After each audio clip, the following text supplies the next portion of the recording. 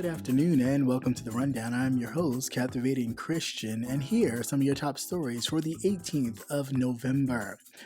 Pennsylvania Supreme Court rejects Trump's campaign's claim of problems with ballot observers. The ruling is likely to undercut the Trump campaign's case in federal courts contesting the results of the election. And a witness corroborates claims that Lindsey Graham asked about tossing ballots in Georgia.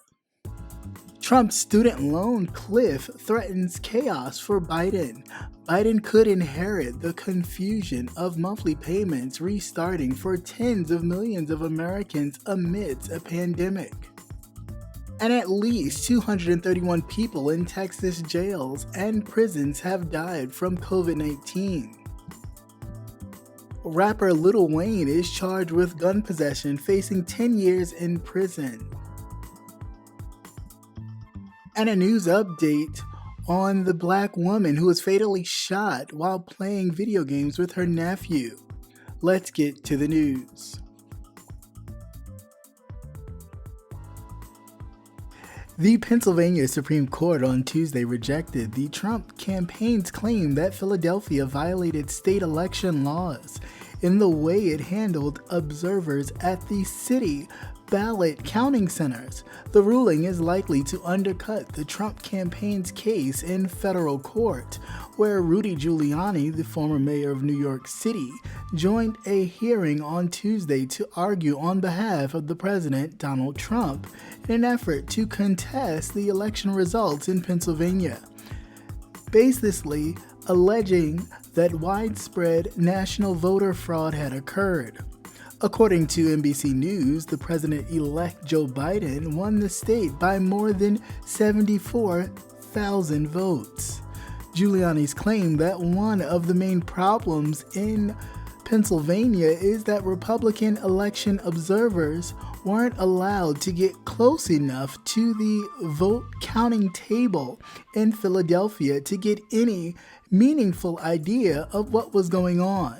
The Pennsylvania Supreme Court, however, said that all the state laws require is that observers must be allowed in the room where the ballots are counted. The law does not set a minimum distance between them and the counting tables.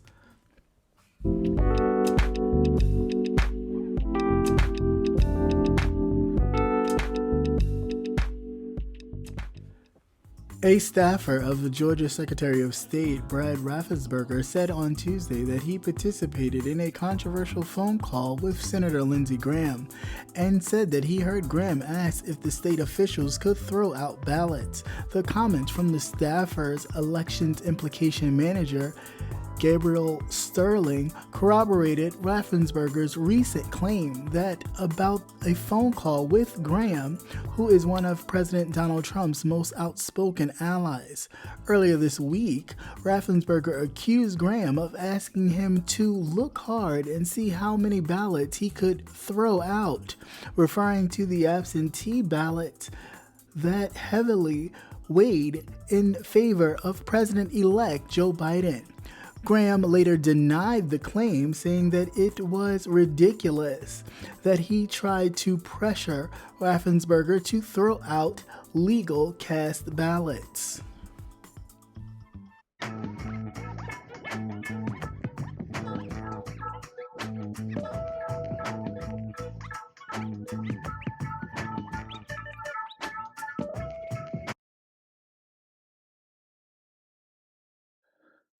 At midnight on New Year's Eve, President Donald Trump's pause on student loan payments for 33 million Americans is set to expire. However, just 3 weeks before President-elect Joe Biden is slated to take over. The Education Department started warning borrowers through text messages and emails this week that their monthly payments will resume in January, even though Trump said this summer that he planned to later extend the freeze beyond December 31st. A White House spokesperson declined to comment on whether the president will consider another executive action to move the expiration date. The federal student loan system was not designed to start and stop at the same time for 30 million borrowers. The Student Loan Services Allies, a trade group that represents the companies that collect and manage loan payments on behalf of the Education Department. Student loan relief has kept borrowers out of default and delinquencies over the last 8 months, with the pandemic creating the economy and unemployment skyrocketing. The benefits have even modestly helped improve the credit scores of student loan borrowers during this pandemic, especially for borrowers who were pulled out of default, according to analysts by the New York Fed. Nearly 41 million federal student loan borrowers have had interest suspended on their loans since March 13th, beginning with the CARES Act and continued under the Trump executive action over the summer. Roughly 33 million of these borrowers have had their payments paused, and the Education Department has stopped seeking to collect from 8 million other borrowers who were in default. In Congress, lawmakers could attach an extension of the student loan relief to a stimulus deal or a year-end government funding bill, but Democrats and Republicans have disagreed for months about whether to include an extension on the student loan benefit as part of an economic rescue package. House Democrats' stimulus legislation would extend the freeze on student loan payments until next October and keep the interest rate at 0 until at least that time or longer if the unemployment rate continues to remain high. Senate Republicans, however, latest stimulus proposal did not include an extension of benefits, and Senate Majority Leader Mitch McConnell said that he wants to pursue a smaller pandemic relief bill during the lame duck session.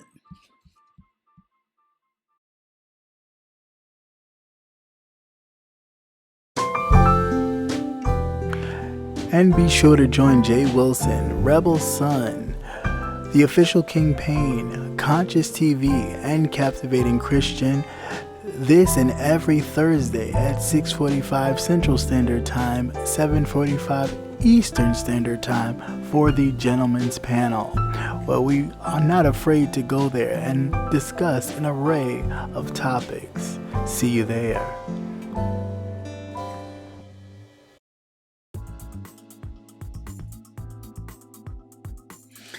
At least 231 people in Texas prisons and jails have died from COVID-19, and it includes 27 staff members and 14 people in jail and about 190 people in prison, according to a new report from researchers at the University of Texas at Austin. Report lead researcher Professor Michelle Dirch told the NPR Weekend Edition that the main takeaways from the report is an overall devastating toll of COVID on the Texas prison system. 9 inmates who died already were approved for parole and awaiting release, while other 21 had served at least 90% of their sentence. Nearly 3/4 of those who died in prison did not have a life sentence, and 58% of them were eligible for parole. In county jails, 80% of the people who died had even been convicted of a crime. In one prison, the Duncan unit, almost 6% of the entire incarcerated population had died. The facility was primarily geriatric prisoners. This is a problem that persists in jails and prisons in other states too, but some have taken aggressive steps to reduce the number of COVID-19 cases and deaths among people who are incarcerated. For example, in New Jersey, thousands of inmates were released to slow the spread. Some have taken more aggressive measures to protect people inside through offering hand sanitizer and hygiene supplies, cleaning supplies, soap, and even masks.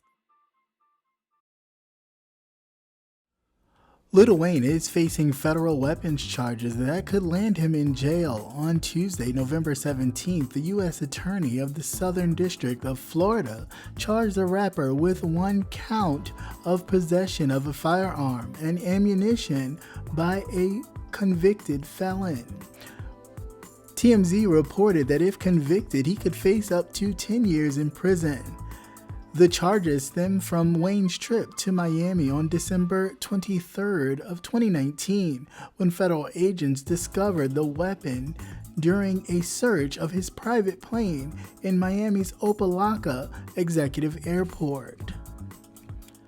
As a convicted felon from over a decade ago, Wayne wasn't supposed to be in possession of a weapon, according to the Miami Herald, but he reportedly admitted to owning the gold-plated pistol, which was found in his luggage along with bullets, suspected cocaine, ecstasy, heroin, and cough syrup. Cops also found $25,000 in cash. Wayne's attorney claims that his client was cleared to leave despite the guns and the drugs reportedly found on the jet. He is scheduled to appear in federal court in Miami on December 11th.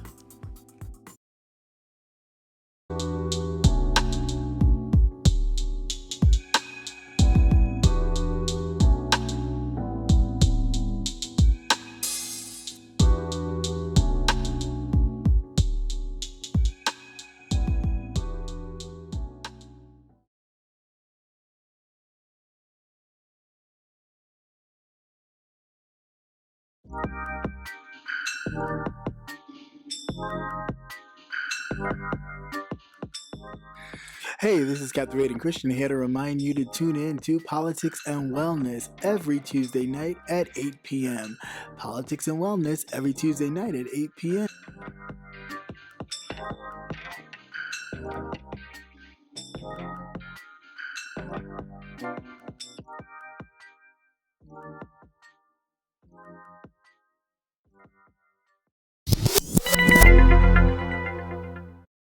In a news update, members of Tatiana Jefferson's family are suing the city of Fort Worth, Texas, and the former police charged with murdering the 28-year-old black woman who was shot in her home last year while playing video games with her nephew.